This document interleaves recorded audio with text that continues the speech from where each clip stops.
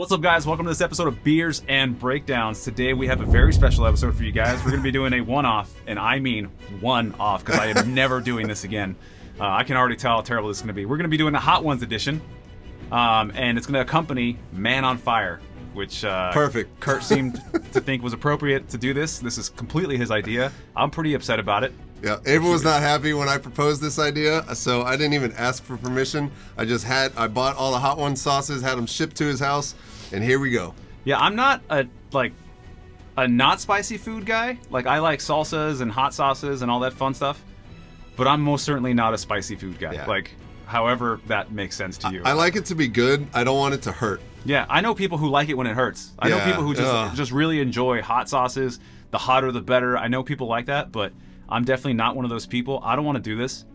I've never been more upset that Sean's not here to do his job because I'm doing it. But yeah, this really sucks. I'm pumped. So this one, I don't want to be like crying and just leaking out of the face from the hotness.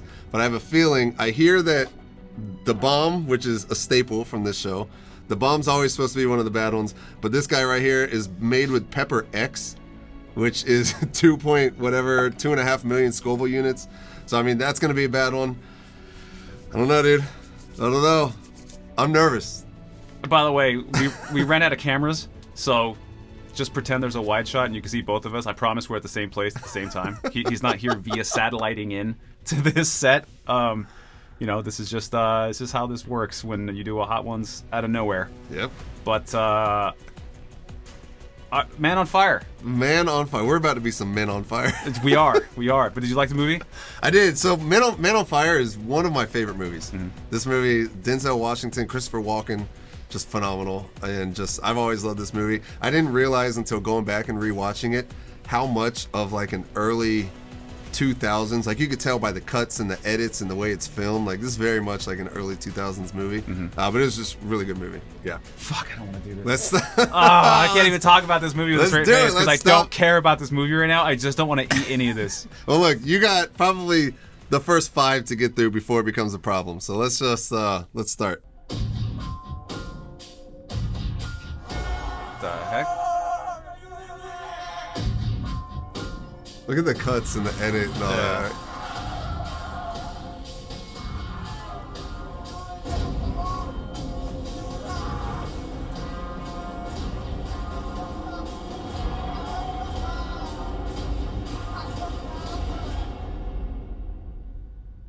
All right, so obviously you can see that there's a certain style that they're using in this movie. It's a very early 2000s style of sort of editing in intro, which looks pretty crazy, but also Mexico City in itself is a pretty crazy place. You've been there numerous times for F1. Mm-hmm. Tell me a little bit about Mexico City and what do you think about it? That's actually pretty good.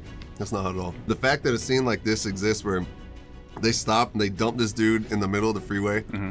He's bound and gagged, he's half naked, and nobody cares. Everybody's just driving on. I could 100% see that happening in the city.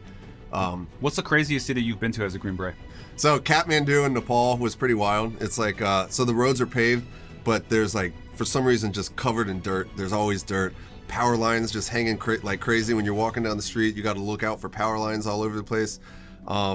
Cows, for some reason, in the middle of the city, cows shut down traffic. Because over there, cows are kind of like sacred, so you don't mess with cows. So when cows, which for some reason are just in the middle of downtown, happen to block the road, you're just sitting there waiting for this herd of cows to go by. Oh, wow. But other than that, probably Mexico City, man. Mexico City is just, it's wild. Oh, fuck, it is Mark Anthony. My state, I couldn't go out of course. It's rich guys flashing their cash. It's all for show. Nothing's gonna happen. Yeah? Think they'd hire a drunk has-been? You have to keep it under control. And what if there was, just say a kidnapping attempt? What would you do? You do your best. They're not gonna be paying you enough to perform miracles. It's not exactly a scam, Crease, even at half speed. Kind of looking at that scene, it kind of seems there's always a theme with Denzel Washington lately, and he always seems to play a guy who cannot control his alcohol. So what do you think is up with that? Denzel plays a great alcoholic. He does play a great alcoholic. What was the other movie? Was it Flight? Where he was the pilot? He's like, I was drunk then, I'm drunk now. That became such a meme on the internet. Everybody does it now? Okay. Yeah, he does. Wait, I have to shake this. Oh, yeah. You got to put that on there. Yeah, get it on there. Spread it on. What do we got here? Little Smokies. Jalapeno hot sauce. Okay. I'd like to think that he plays a pretty good drunk. Denzel Washington plays an amazing drunk, but I like that, oh shite. But like, he's like, oh yeah, even at half speed, you're pretty damn good. But yeah, that's one thing that he does. I wonder if that's like, if he's drawn to these type of roles, or if these roles, they write them and they're like, Denzel, he's a good drunk. Have you ever gotten in trouble for drinking while you're in the military? That's weirdly smoky. Mm-hmm. It's like very smoky. So good. Oh, I haven't gotten in trouble for drinking in the military, but I will say that I found myself, and one time in Nepal, we found ourselves at a, I think it was probably a 10-year-old's birthday party. What? So we were staying in Nepal, and you're in this small village. It's called Jamsam. It's like super high up. It's hard to get to. And this one hotel, it was like a hotel and restaurant. Like, they were our place to go. We'd go there and we'd eat dinner all the time. We'd take them all of our laundry. And whenever we came in, like, SF guys came in there, and it's like we're there for 6 weeks or more. And we bring a lot of money in there. Like, we stimulate the economy anytime we're there. Uh-huh. Especially on beer, because we're going in, right. like, they're flying planes in and like ordering extra beer, and they always have Jack Daniels no matter where you go in the world. But like, we come very close to these guys, and we get there one day and he's like, hey, my son's birthday party is tomorrow. You guys come back for the party. And we're like, oh, I mean, we're gonna be here anyways. And we get there and he invites us into this other room, and we're sitting there. He like, it's the whole family and then us. And like, he's bringing over bottles and just putting them in front of us. And so like, we just start drinking at that point. And by the end of the night, I remember we were in a conga line in Nepal, wearing little like masks on our faces. What? At a 10-year-old's birthday party. I mean, it was a wild night. And like, they invited all the hotel guests eventually there.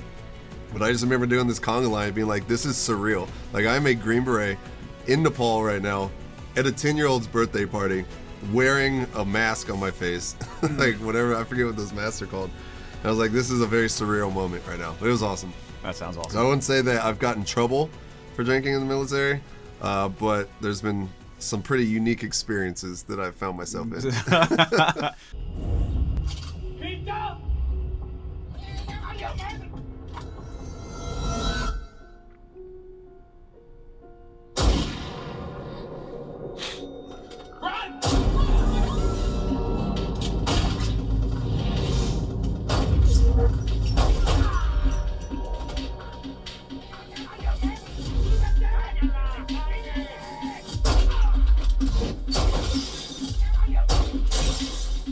Pick it up, dude. It's building up a little bit. Building up a little bit. All right, so that was a pretty cool shootout scene. You guys do a lot of those on this show. Yep.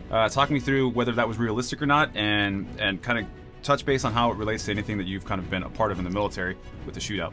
So I think that, you know, and we always talk about. Oh no! I poured way too much on that. So we always talk about the movies and like how certain movies just get it right. Oh, that one comes out quick.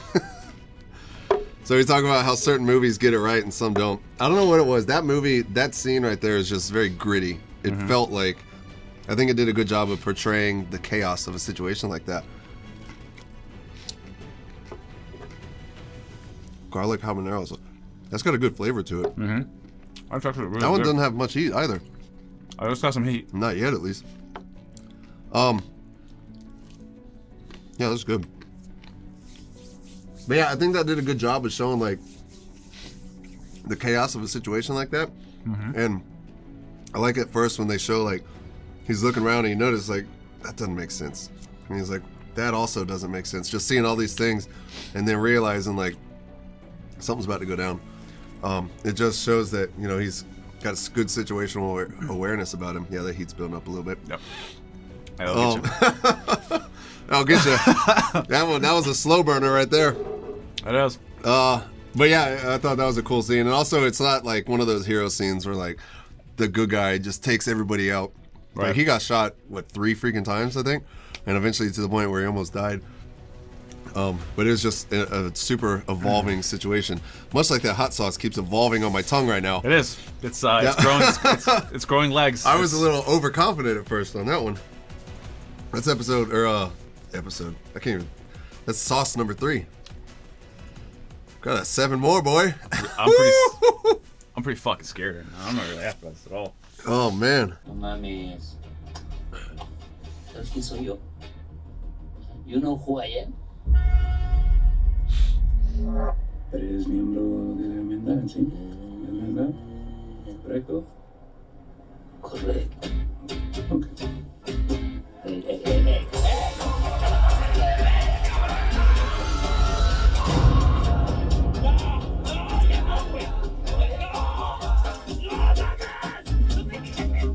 So I know you can't really talk much about it, but you guys were put in certain situations and part of your training to sort of help deal with somewhat of a situation like that. What was the closest they put you in that school to something like this? That's a loaded question. As far as something in this exact situation, we were never in a position where we had to cauterize a wound, which is what they're doing, which is they cut he cuts his fingers off and then uses a cigarette lighter to stop the bleeding, which is just a gangster thing to do, because he's letting him know, he's like, you're not gonna die. Like I'm gonna keep you alive for the duration. Right.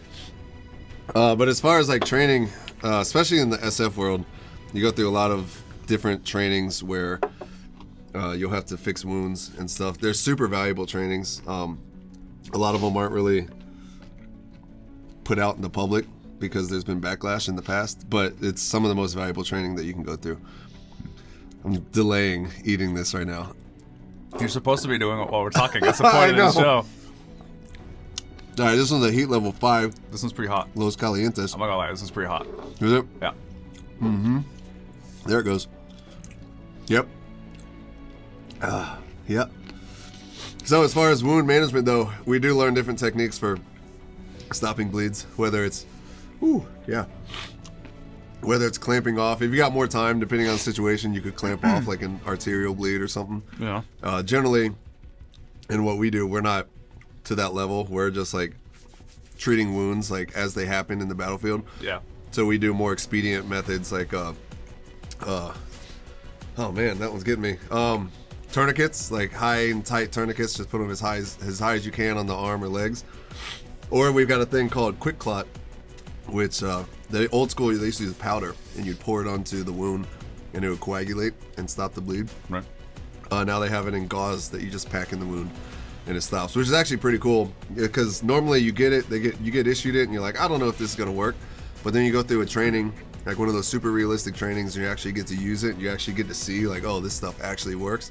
It really kind of eases your mind a little bit. I'm just talking right now. This one's it's like, that one is a hot one.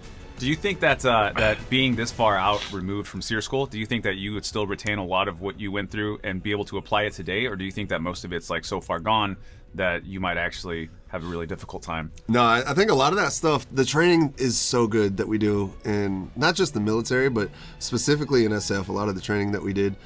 For one, it was super realistic, but also it was, a lot of them you felt like you were actually there. Like you're talking about SEER school, and I remember being at SEER school, like, you know, going into it, you're like, SEER school is only 4 weeks long, but when you're there, things are happening and they're like, we can prolong this. Like they'll tell you, they'll be like, we can do this as long as we want. And eventually you're like, I think they're right. Like if I do this wrong, I could potentially be here for days or weeks longer than I'm supposed to. With your head. They really do a good job of getting into your head and making it feel legitimately real. Like you're sitting there, when they call your name, especially in SEER school, they'll call you for one of your interrogations or something. And when they do, it's like your heart rate just goes. You're like, oh no, if I do this wrong, I could get beat, or like who knows what could happen. You'll be put in you'll face some really uncomfortable situations, and you're like, there's no way that they can make me do that, or they'll get me into that situation. Like you'll be like, in your mind, you'll be like, I'm in a school right now, they can't make me do that. And without giving away too much, they make you do that. And you're like, I know. And once that happens, you see a situation that, because the Army is so risk adverse for the most part, that when you're placed in a situation that you don't think should be signed off on, Yeah. because everything has to be approved at some level, and you get placed in some of these situations, you're like, well, I guess they can do whatever they want. Right. So if I don't answer their questions appropriately, I'm going to get beat, and I'm going to be here for way longer than I need to be. And so they do a great job of making the trainings realistic. So you ask, like, would I still retain stuff? There's a lot of things that I still retain, especially when it comes to SEER school. It's one of those schools that everybody fears. There's a lot of apprehension because it is so unknown. Like, you don't want to give away too much for guys going in because you don't want to ruin it for them. Right. And I think everybody feels that way kind of universally across the board. But it's like, it's such good training. That's probably still to this day one of the best, probably the best school that I've gone to and the most valuable school. So yeah, I did retain a lot of it.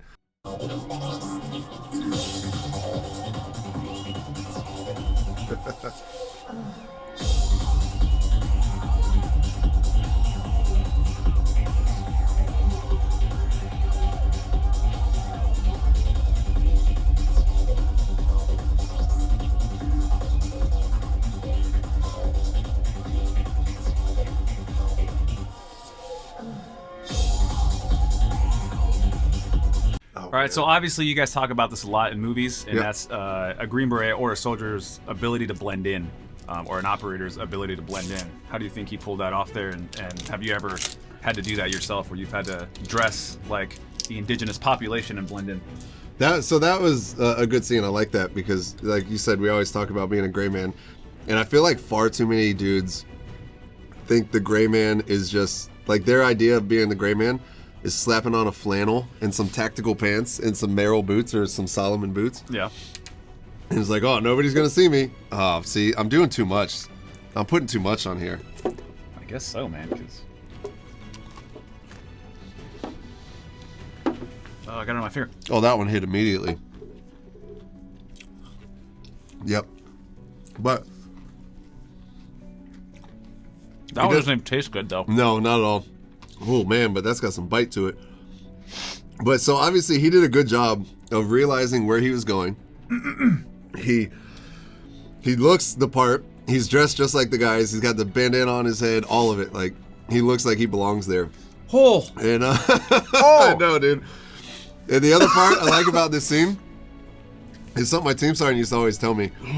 He was like, whenever we go anywhere, he's like, you always have cash on you. Like, he used to mandate in our packing list, we had a certain amount of cash on us. And he was like, because you never know when you find yourself in a situation, and cash might be your only way to get out of it. Or to figure it out, whatever you need to do. Like, he right here, he walks up, he looks the part, but he's not going to get let in. They're not going to let this guy in. He just flashes some money, and all of a sudden money talks, right? And they're like, come on in. That one, it hits right out the gate. yeah. It's called queso sin queso. I don't think it tastes very good. Not good at all. It But- tastes like Cheese Whiz. Yeah. Atomic Cheese Whiz is essentially what it is. Well, I mean, it's called cheese without cheese. Am I allowed to eat more of the chicken? This is a plant-based queso-style hot sauce. That one's not good. It's not well. Not good. That Not- one's, it's got some heat. This is not good. Man. Sorry, so halfway through. How do you feel about what's coming up next? I'm pretty scared. That one that's hot. Because I think, The queso one doesn't taste good, but it's really hot. yep, and I think what's about to happen is a steep jump. What'd you do? Oh, man. Tell me about the girl. What'd you do? Huh? What'd you do? I just do what they told me. You do what they tell you to do? Yeah. Okay. Did you say goodbye? Answer my question. Did you say goodbye? Oh, you didn't? Here's your chance. Say goodbye. Oh, shit. Say goodbye to her. Say goodbye to her. Oh, fucking let me go. All right. In queso. So this one that we're about to do is a bourbon maple reaper sauce. My wings seem to be getting smaller, which makes me scared because it seems like I'll have to do. Oh no, Dude, Bro. oh my god. Oh! This one's Oh, liquid. you're gonna have to eat it. You have to eat Dude, it. that's a reaper. That's not gonna be an easy wing. Oh, I can't even see like it pouring out though. Oh man. Oh, that was still way too much. Here we go. Show the camera. I am indeed putting it on there. If you can see that, I don't know. Okay. So what we saw just there was what we in the biz like to call tactical questioning, or TQ. And so Man. Basically what he did is he captured this guy, or he gets this guy, he bounds him up. I can't even speak right now. He puts him in restraints. He restrains this guy. That's a good way to put it. And he's questioning him there. So tactical questioning is essentially that. It's like when you go on an objective and you get some guys or you get some people, and generally what you can do is you could wrap them up, take them back to base, put them through a proper interrogation.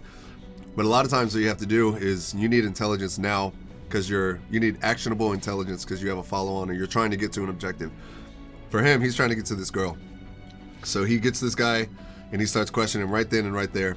He's asking him pointed questions. He's getting straight to the point of what he wants, because he's going to use that intel to basically do a follow-on mission and eventually find this girl. This one's it's underneath my tongue. I feel it under my tongue. $50,000 and a dead body in the trunk of his car. Never charged. Arresting officer couldn't testify because he was dead. So you learned that? Mm-hmm. You know where he lives? He lives in a judicial compound. Travels by motorcade. Chrissy, he's better protected than the president of Mexico. He's gonna need it. You gonna take care of her? Yes. Well, how can I find you? I'll find you. Dude, Creasy's such a badass in this movie. I know. I mean, he's a badass in like most of the movies when he portrays that character. Yeah, Denzel just plays. I don't know. He's such a good actor, but like this one, what's his other one? Equalizer. Oh, Yeah. That's a liquid one. Be careful. Yeah, Equalizer is like really, really cool, especially in the beginning. But he's just he portrays this like quiet confidence about him, and like the way she's like, he travels by motorcade. He's more protected than the president, and he's like, yeah, he's gonna need it. I freaking believe him. Holy shit, that one immediately. Are you all right? Penenter? I don't even know how to say that. Oh, buddy, this one's getting worse. Oh, man. Oh, I gotta get the milk for that one. I don't like milk. I'm not a milk drinker. It's the hottest hot sauce I've ever had.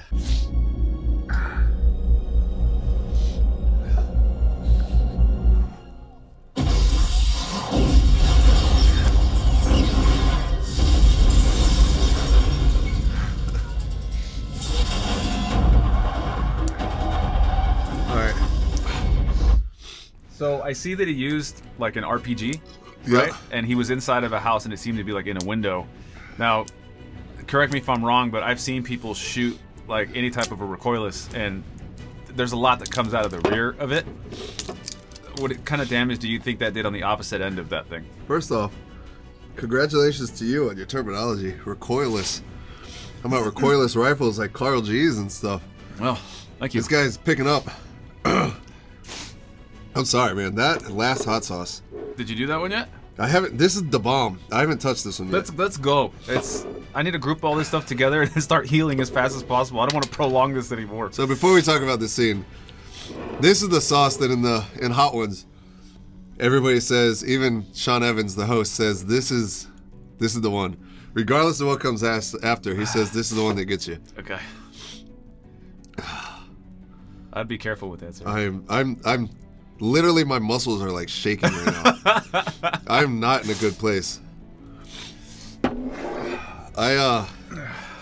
Yeah, so if you guys, for those of you guys that have been here for a while watching Beers and Breakdowns, you remember Sean's story where he talks about in Afghanistan shooting an RPG from inside, or shooting I think an AT-4 or something from inside of a mud hut, and just all of the shit and dirt that got just thrown up everywhere. Oh. Oh, The inside. Oh. oh God. Oh my God. That's right away. That doesn't wait. Oh. The inside of these people's house is completely destroyed right now. Pictures inside are of- off the walls. The inside of my ass is going to be destroyed. Cats are running scared. Oh my God, Can I dude. get one of those? Can you pass me a tissue? This is really bad. This is really, All right. really bad. The bomb does not, oh, it's over there. does not disappoint. Please stop doing this to us. I don't understand. Everything is fine. I'm mentally, I feel like I'm starting to exist on another plane, like a separate, like my thoughts and emotions are disconnecting from my body right now. Did you ever see that episode of The Simpsons where Homer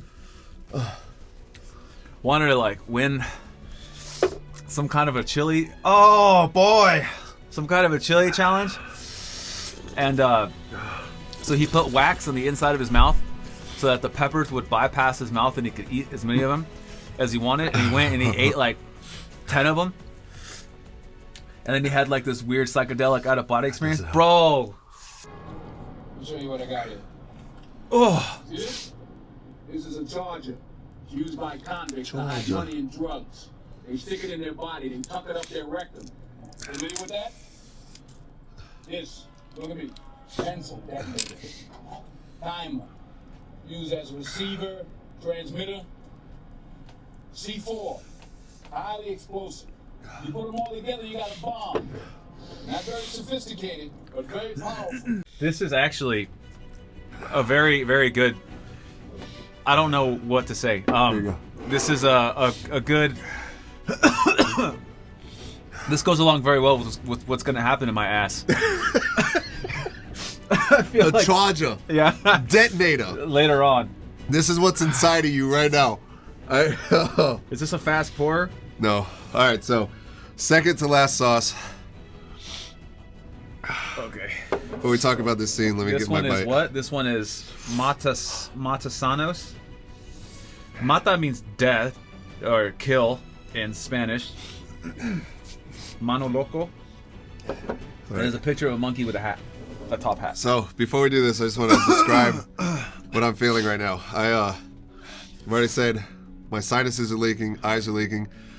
What's happening now though is my insides feel shaky. Like inside of my body is like trembling. So I'm nervous about what's gonna happen here.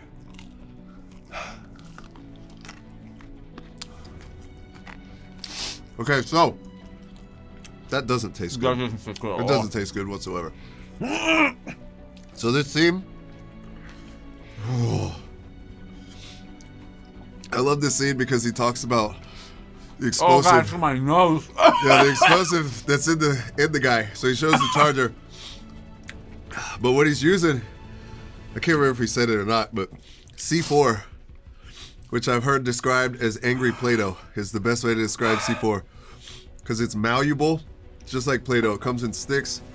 You could cut it, you could rip it off, you could put it in shapes, so you could make it into a very phallic shape. Stick it up somebody's rectum, like he does into this.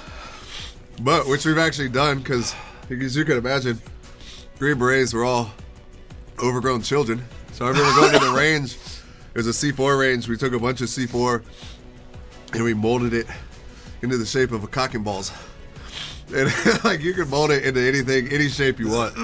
So I think it's awesome that he molded it into this charger that he calls it and stuck it up this guy's ass. I don't understand watching the show how people like Ariana Grande do so well. And like she has zero issues and just gets through it. This is painful, dude. I will say, that one was not as bad as the bomb, which I hear people always talk about. This one was worse than the bomb for me. That one got you? This one went straight into my nose, like straight into my nostrils. It burns so bad. For me, the bomb was worse. I'm going to the next one. I've got a new development. My feet are sweating. My feet have been sweating. Okay.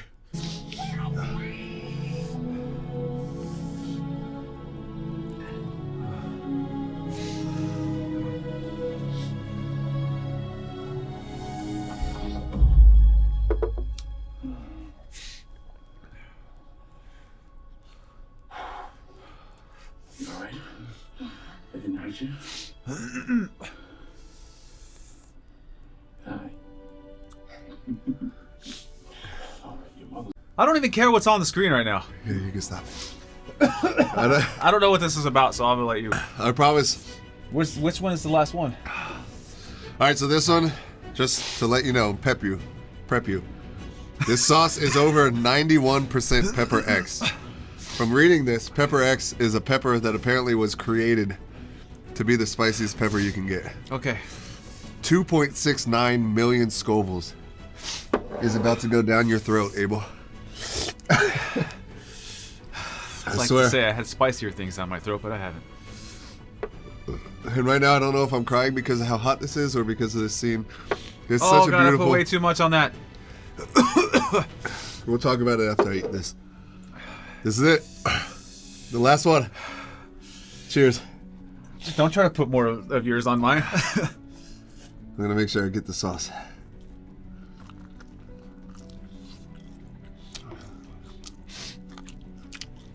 But man,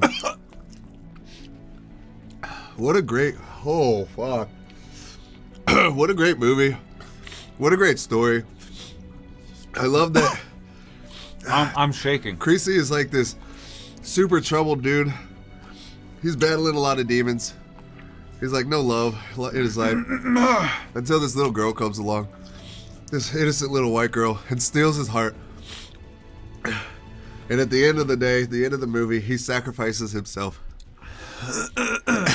But guys, let us know what you think about this episode. If you like seeing us suffer, or if you just want us to go back to watching the movies. I don't know. I had fun with it. I will never do this again. I don't know if Abel had fun with it. I But, will never forgive your ass for this shit. Thank you guys for watching this episode of Beers and Breakdowns. This is some fucked up, repugnant shit.